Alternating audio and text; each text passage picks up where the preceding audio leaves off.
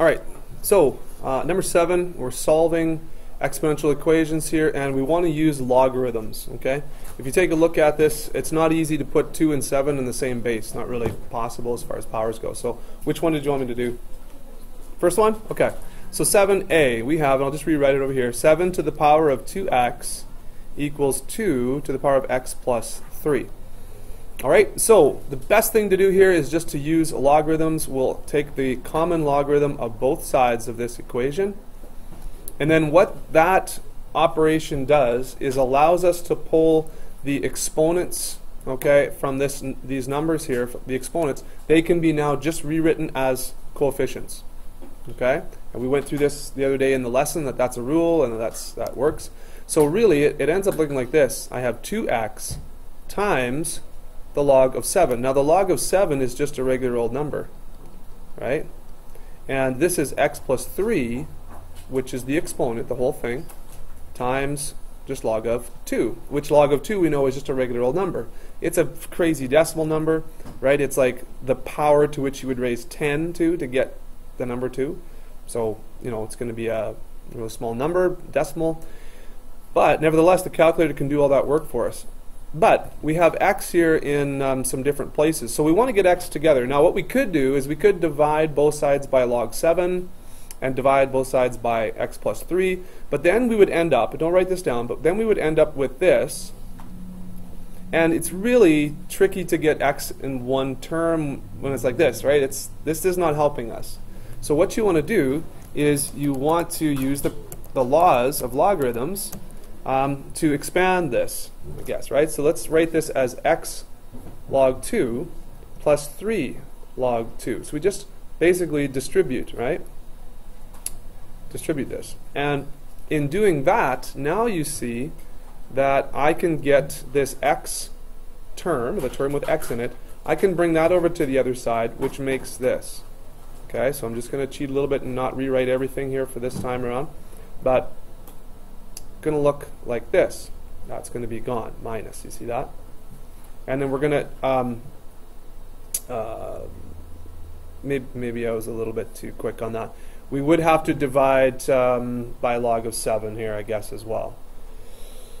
So this is still 2 log 7, okay? So let's just leave that there. See, that's what happens when you try and take shortcuts. See, you get a little messy there.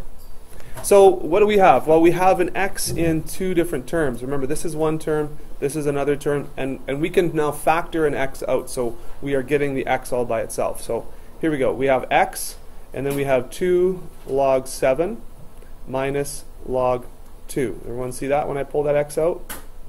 Equals, and then over here we just have 3 log 2. So now we have x in one spot. This is really easy now.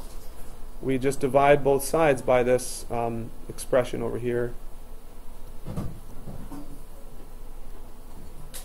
And then, like I say, if it did everything right up here, this should be the answer. Now notice there's no x's over here on the right side, so that's just a number. It's a brutal number to get if you don't have a calculator, you know, but we just plug it into our calculator and we should get the answer. So let's just evaluate that. Okay, so on the calculator, if you evaluate that, we've got 0.650095, so 0.65. We could and should check that by plugging that value into the original equation. So if we did that, that would be 7 to the power of 2 times 0.65 should equal 2 to the power of 0.65 plus 3. And if we evaluate that, we can check that out. So if we check this out, notice that we are slightly off to the 100th, but again, we rounded that decimal, right? That x, the 0.65 is actually a rounded decimal. So this should be approximately equal, and that is approximately equal, so we can say that that is our answer. Okay, so that's for 7a. Does that help? Yeah. Yes? Okay. Yeah, it's just a bit of a process. It's not easy, but what I want to do today is do another example with graphing. So that's algebraically. I want to do a graphing example with you. And so you all have these graphing calculators in front of you. So let's take a look at this example here now. And we're going to do this. Sorry? Okay, you want to grab another one? I'll change the batteries on that. So algebraically, we'll save algebraically because, again, you know, we just did an algebraic sort of example there. A little bit different, but I'll do graphically first, okay? So graphically. Now, remember, when we have equations, the one thing we can do is graph the corresponding functions on each side of the equation. So this one doesn't have a, it just has x, doesn't have a y. So I could graph y equals this and y equals this over here and find the what? After I graph that, I could then find the intersection point, and that x value should give us the answer, the solution. So let's try that. All right. Go to y equals. I'm going to just take a couple things off there. So this is common logarithm. I'll show you how to graph it without a common logarithm. That's not too hard. So this is log of 8x plus 4. That's that one. And then we have 1 plus log of x plus 1. So you just use your variable button there, and you have those two. Okay, so now let's graph that. I'm not sure what my window here is right, because this is from the last example I did, but oh, it looks pretty good. Now it looks like the intersection point might not be on there, and it looks like it mirrors the other quite a bit, so it's hard to tell right now, isn't it? Let's change that window. Let's make that x max something really big to see if it converges at all. Let's make it like 55 or something and see what happens. So here's our graph being drawn again. Here's the other one. Oh wow. Okay. So we do have to be ready for the possibility that there's no solution. Right? If they don't converge anywhere, if they don't cross, intersect, which again we'd have to zoom in quite a bit to see. So I'm going to just try one more time here. I'm going to do the y values there. I'm going to zoom in a little bit. So I'm going to go from like 2 to, what was that, maybe 4? And then let's change the x max to 155. Let's see if we can see everything there. I'm not sure if I did that quite right, but let's see. All right, so they might converge down here. I don't know. Let's try it out. We've got everything, that all the possibility here, because there was nothing underneath there, I don't think, right? As far as negative values, right? We shouldn't be expecting that, but let's just take this. So negative 2.5, let's do that. It's negative 20, and let's just see. Oh, did I do the x? Sorry, I meant to do the y. What did I do? Oh, I did x. So y minimum of 2. So let's go just negative 10 here to see what's happening underneath there. Oh, nothing, right? So no worries there. So nothing's below this, but there might be an intersection point right here. So let's just try it out. Calculate intersection. It's going to show you the graph up here for first curve, yes. Should show you the other one for second curve, yes. Let's just hit yes and see if it can calculate an intersection anywhere on our screen here.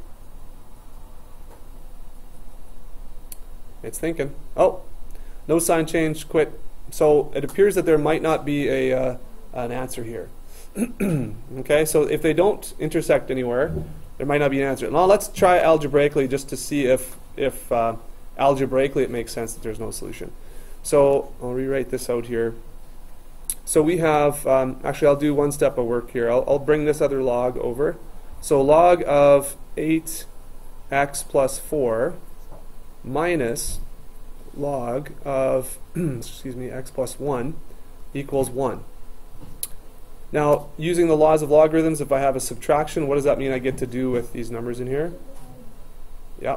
So that's log of 8x plus 4 over x plus 1 equals 1. This 8x plus 4 actually could be simplified. We could take a 2 out of there. So, or sorry, a 4 out of there. So it's going to be 2x plus 1, right? If that'll help or not. I guess there's no common factor there or anything, but might want to Just check that out. And so how do I change this? How do I solve for x algebraically here? Is there a way I can do that? What do I do if I have a log equation?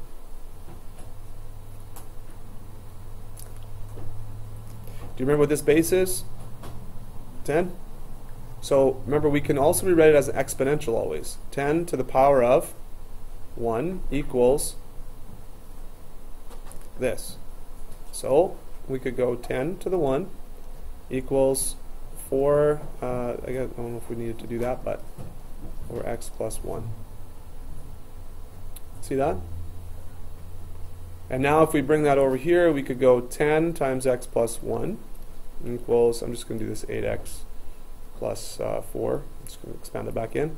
This is going to be 10x plus 10 equals 8x plus 4. So 10 minus 8 is going to be 2x. 4 minus 10 is going to be negative 6. X equals negative 3. Okay, so algebraically it looks like we do have a solution. We do have a solution. So why graphically did we have an issue? Did we put something in the calculator wrong, or is there a reason why there actually is no solution, even though algebra says that there is?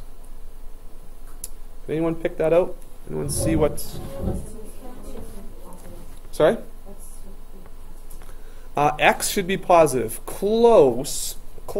X actually doesn't have to be positive. It can be negative. However, you can't have a negative argument here in the log. So this can't be negative, and this can't be negative. And if x equals negative 3, guess what? Over here, negative 3 plus 1 is negative 2. So this value of x, you always have to check back to your original equation. It actually gives us an invalid... you can't do this. You can't take log of a negative number. So that means we would, it looks like algebraically we have an answer, but we have to reject this because it makes this negative. So log of negative 2 can't happen. Okay? So then we would say there's no solution. Okay, does that make sense, or do we need to let that sink in for a little bit?